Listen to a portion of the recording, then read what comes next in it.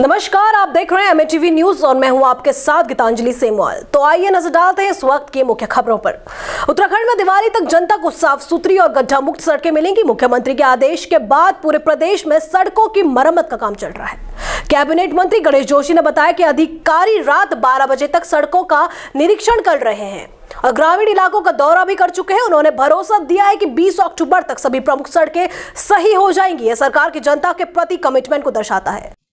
देखिए, अगर आपने देखा होगा युद्ध स्तर पर हमारी सरकार काम कर रही है और सचिव लोडी को हमने खुद सड़कों पर उतार दिया है। रात को 12 बजे तक सचिव खुद खड़े होकर सड़कों का काम करवा रहे हैं।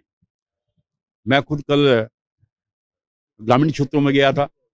आज मैं पीएनजीओसी के अधिकारियों को हमने भेजा है और हमारी पूरी कोशिश है कि दिवाली तक हमारी सड़कें दुरुस्त हों और लोगों को जो है असुविधा न हो।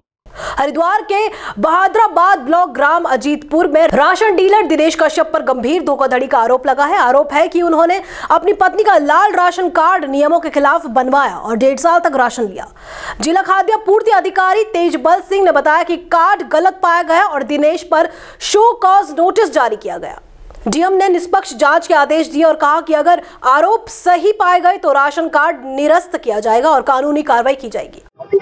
यह अजीतपुर में एक सस्ता गल्ला विक्रेता हैं दिनेश कश्यप, उनसे संबंधित मामला है।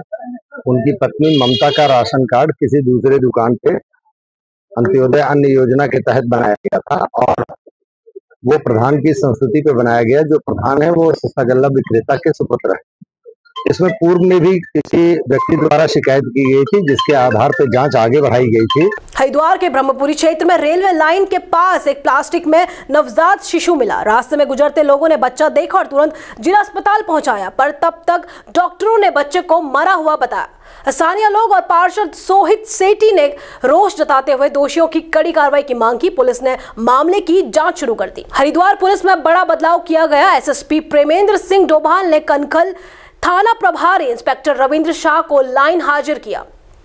उनकी जगह रानीपुर कोतवाली के वरिष्ठ सब इंस्पेक्टर मनोहर रावत को थाना अध्यक्ष बनाया गया। इसके अलावा कई अधिकारियों और चौकी इंचार्ज के तबादले भी किए गए हैं। पुलिस विभाग में इस कार्रवाई के बाद हलचल मची हुई है। लक्सर में कांग्रेस ने वोट चोर गद्दी छोड़कर हस्ताक्षर अभियान का आयोजन किया। प्रदेश अध्यक्ष करण महारा, पूर्व मुख्यमंत्री हरीश रावत, नेता प्रतिपक्ष यशपाल आर्य, विधायक गणेश गोदियाल, अनुपमा रावत और मुख्य अतिथि कुमारी शैलजा ने इसमें हिस्सा लिया। कांग्रेस नेताओं ने बीजेपी पर वोट और युवाओं के भविष्य को चुराने का आरोप लगाया। उन्होंने मिशन 2027 को सफल बनाने का संकल्प जताया है। और वोट चोरी का जहां तक प्रश्न है, आप लोगों से बेहतर कौन जानता है कि किस तरीके से वोट चोरी कोई आज नहीं होनी है, बड़े लंबे अंतराल से होगी। यही हरिद्वार के अंदर, यहाँ हरिद्वार के हमारे कांग्रेस के सब नेतागण आए हैं। देहरादून की झाझरा ग्राम पंचायत में कूड़ा डिस्पोज करने की कोई सही व्यवस्था नहीं होने के कारण चारों तरफ गंदगी फैली हुई है। नवनियुक्त ग्राम प्रधान अर्जुन कुमार ने बताया कि उन्हें नजदीकी कूड़ा डिस्पोजल सेंटर में कूड़ा डालने की अनुमति नहीं मिल रही है। उन्होंने मुख्य स्वास्थ्य अधिकारी और नगर निगम से समस्या का समाधान करने की गुजारिश की है। अब सवाल ये उठता है कि लंबे समय तक कूड़ा उठाने वाली गाड़ियां कूड़ा कहां डाल रही हैं। ग्राम प्रधान लगातार उचित व्यवस्था और अनुमति की मांग कर रहे हैं।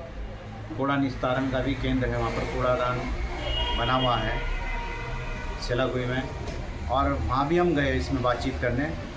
उन्होंने कहा कि इस बिंदु पे जो भी बात हो सकती है कूड़े का निस्तारण के लिए, वो हमारे जो नगर निगम के अधिकारी हैं, मुख्य नगर स्वास्थ्य अधिकारी खन्ना जी, उनसे आप बात कीजिए। हल्द्वानी में मुख्यमंत्री पुष्कर सिंह धामी ने दिवाली से पहले शहरवासियों को 6 नई सिटी बसें दी।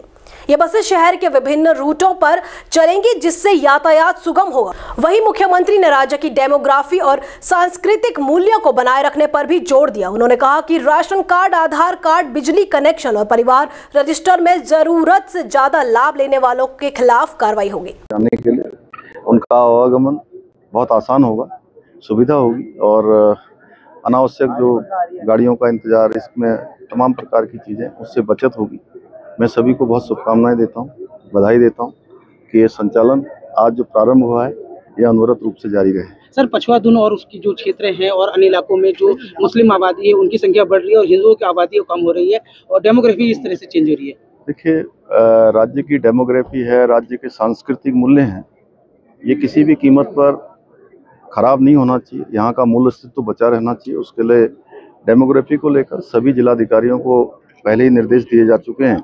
उत्तराखंड में नव नियुक्त शिक्षकों और समीक्षा सहायक समीक्षा अधिकारियों को आज नियुक्ति पत्र दिए जाएंगे। मुख्यमंत्री पुष्कर सिंह धामी कुछ ही देर में ये पत्र स्वयं प्रदान करेंगे। 1300 से ज्यादा शिक्षकों और 109 समीक्षा अधिकारियों को दिवाली से पहले सरकारी नौकरी का तोहफा मिलेगा। मसूरी में भाजपा मंडल अध्यक्ष रजत अग्रवाल के नाम से फर्जी ईमेल भेजे जाने का मामला सामने आया है। इन ईमेलों में धमकी, लोन माफ करने और स्कूल बंद करने जैसे आरोप शामिल है। घटना की गंभीरता को देखते हुए कोतवाली मसूरी ने शिकायत दर्ज कर साइबर सेल को जांच के लिए भेजा।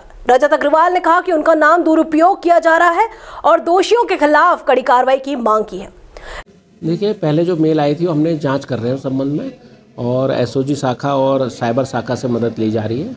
उसमें अभी तक जो जानकारी आई कि वो विदेश से कहीं से मेल आ रही है, तो उसमें अग्रेतर जानकारी की जा रही है। जो भी तथ्य होंगे फिर उसके अनुसार कार्रवाई की। मेरे नाम से मेरी एक ईमेल आईडी से मिलती जुलती ईमेल बनाकर स्टेट बैंक ऑफ इंडिया की 6 शाखाओं में, बैंक ऑफ बड़ौदा की 1 शाखा में मेल भेजी गई, जिसमें साफ लिखा गया कि मसूरी के लोगों ने जिन्होंने लोन लिए हैं, ऋण लिए हैं, अगर इनके लोन माफ़ नहीं करे गए तो हमारे द्वारा बैंक को आग लगा दी जाएगी, बैंक को नुकसान पहुँचाया जाएगा, बंदूकों का इस्तेमाल होगा और बहुत ही ऐसी कई शर्मनाक बातें लिखी थी जिनका हम पूर्ण रूप से खंडन करते हैं।